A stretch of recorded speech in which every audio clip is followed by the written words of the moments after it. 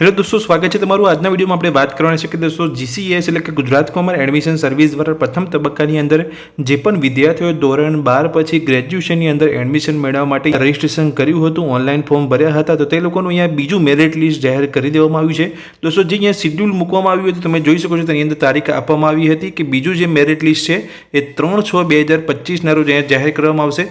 તો એ merit list છે એ website પર મૂકી દેવામાં આવ્યું છે। જે પણ વિદ્યાર્થીઓએ પ્રથમ તબક્કાની અંદર એડમિશન લઈને રજિસ્ટ્રેશન કર્યું હતું, તો જે પણ કોલેજ પસંદ કરી હતી તો એ બીજા મેરિટ લિસ્ટની અંદર કોલેજ દ્વારા ઓફર આપવામાં આવી છે કે નહીં, અને તે ઓફર આપવામાં આવી હોય તો તમારે કેવી રીતે એક્સેપ્ટ કરવાની છે, કેવી રીતે તમારે એ કોલેજની અંદર પ્રવેશ મેળવવાનો છે, તે વિશેની સંપૂર્ણ માહિતી તમને આ વિડીયોની હું આપવાનો છું। જો તમે ચેનલ પર નવા છો તો ચેનલને સબસ્ક્રાઇબ કરી લેજો। ચલો વિડીયોની શરૂઆત કરીએ અને સૌપ્રથમ જાણીએ કે અહીંયા જે બીજું મેરિટ લિસ્ટ અહીંયા વેબસાઇટ પર મૂકવામાં આવ્યું છે એ તમે કેવી રીતે ચેક કરી શકો છો। GCES દ્વારા જાહેર કરેલ પ્રવેશ રાઉન્ડ 2 ની અંદર તમને અહીંયા કોલેજ દ્વારા ઓફર આપવામાં આવી છે કે નહીં એ ચેક કરવા માટે સૌપ્રથમ તમારે ગૂગલમાં જવાનું છે ને ગૂગલમાં જઈને સર્ચ કરવાની છે GCES વેબસાઇટ। જેવું તમે સર્ચ કરશો જોઈ શકો છો અહીંયા ઓફિશિયલ વેબસાઇટ તમને જોવા મળે છે, તે વેબસાઇટ પર તમારે ક્લિક કરવાનું છે। હવે જેવું તમે અહીંયા વેબસાઇટ પર આવશો તો તમને સ્ટુડન્ટ લોગિનનો ઓપ્શન અહીંયા જોવા મળશે। તો એ પ્રથમ તબક્કાની અંદર તમે એડમિશન લઈને રજિસ્ટ્રેશન કર્યું હશે તો તમારી પાસે અહીંયા યુઝર નેમ હશે અને એ જ યુઝર નેમથી તમે અહીંયા લોગિન કરી શકો છો। તો સૌપ્રથમ તમારે અહીંયા યુઝર નેમ લખવાનો છે,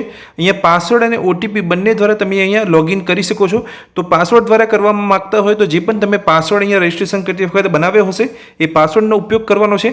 અને ધોરણ 12 પછી જે પણ કોર્સ માટે તમે એડમિશન માટે અહીંયા રજિસ્ટ્રેશન કર્યું હતું તો એ કોર્સ તમારે અહીંયા પ્લીઝ સિલેક્ટના ઓપ્શન પર ક્લિક કરીને જે પણ કોર્સને લઈને તમે અહીંયા રજિસ્ટ્રેશન કર્યું હતું એ કોર્સ તમારે અહીંયા પસંદ કરી લેવાનો છે। તો જે પણ અહીંયા ધોરણ 12 પછી એટલે કે અંડર ગ્રેજ્યુએટ માટે જે પણ તમે કોર્સ પસંદ કર્યો હશે તો જનરલી તમે જોઈ શકો છો અહીંયા અંડર ગ્રેજ્યુએટ અહીંયા લખેલું છે રેગ્યુલર, તે ઓપ્શન તમારે અહીંયા સિલેક્ટ કરવાનો હોય છે। તો એ ઓપ્શન સિલેક્ટ કરી લીધા પછી તમારે અહીંયા પાસવર્ડ એન્ટર કરવાનો છે। જે પાસવર્ડ તમે રજિસ્ટ્રેશન કરતી વખતે બનાવ્યો હશે એ પાસવર્ડ તમારે એન્ટર કરીને અહીંયા જે કેપ્ચા તમને જોવા મળે છે તેની ગણતરી કરીને આન્સર બોક્સની અંદર તે આન્સર તમારે આપીને અહીંયા સાઇન ઇનના બટન પર ક્લિક કરવાનું છે। જેવું તમે સાઇન ઇનના બટન પર ક્લિક કરશો એટલે વેબસાઇટ પર તમે લોગિન કરી લેશો। જેવું તમે વેબસાઇટ ઉપર આવીને સાઇન ઇન કરશો એટલે તમને આ પ્રકારનું પેજ જોવા મળશે, તમે જોઈ શકો છો। જે પણ તમે અહીંયા એપ્લિકેશન કરી હતી પ્રથમ તબક્કાની અંદર એડમિશન લઈને તો એપ્લિકેશનની અંદર તમે જે પણ ડિટેલ્સ અહીંયા વેરીફાઈ કરી હતી તમે જોઈ શકો છો। તમારું પેમેન્ટ અહીંયા તમે કર્યું હતું, તમારી પ્રોફાઇલ અહીંયા કમ્પ્લીટ છે, એકેડેમિક ડિટેલ્સ તમારી કમ્પ્લીટ છે, ચોઇસ જે તમે કરી હતી કોલેજની એ તમારી અહીંયા કમ્પ્લીટ છે, સબમિટ તમે કરી લીધું છે અને છેલ્લે જે અહીંયા વેરિફિકેશન કરવાનું હોય છે ડોક્યુમેન્ટનું એ પણ તમે કરાવી લીધું છે, તો અહીંયા કમ્પ્લીટ છે।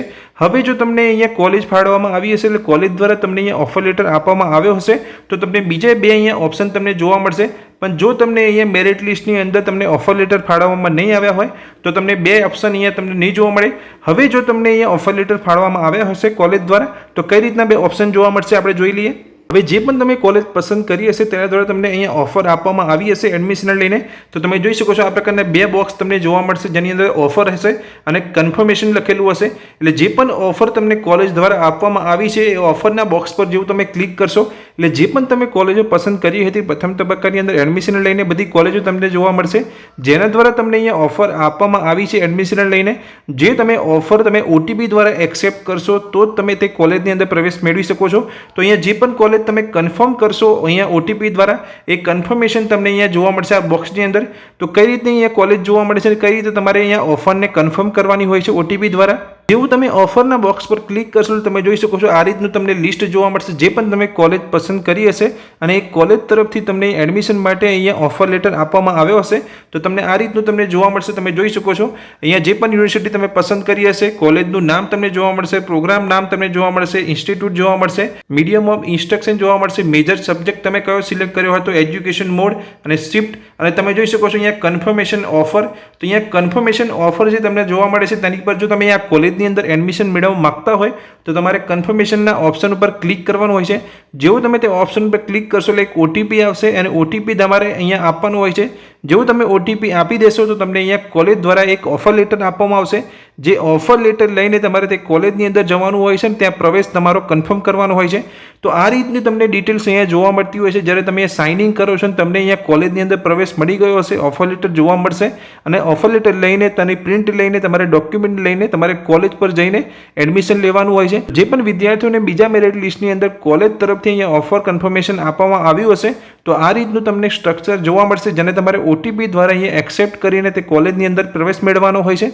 તો દોસ્તો આ વિડીયોમાં મેં તમને માહિતી આપી કે જે પણ વિદ્યાર્થીઓને બીજા મેરિટ લિસ્ટની અંદર નામ આવ્યું હશે તો કઈ રીતની તે લોકોને પ્રોસેસ અહીંયા કરવાની હોય છે એડમિશન મેળવવા માટે. તો માહિતી તમને ગમી હોય અને જીસીએસની લગતી દરેક અપડેટ મેળવવા માંગતા હોય તો ચેનલને સબસ્ક્રાઇબ કરી લેજો. વિડીયો ગમ્યો હોય તો વિડીયોને લાઇક કરજો. Thank you.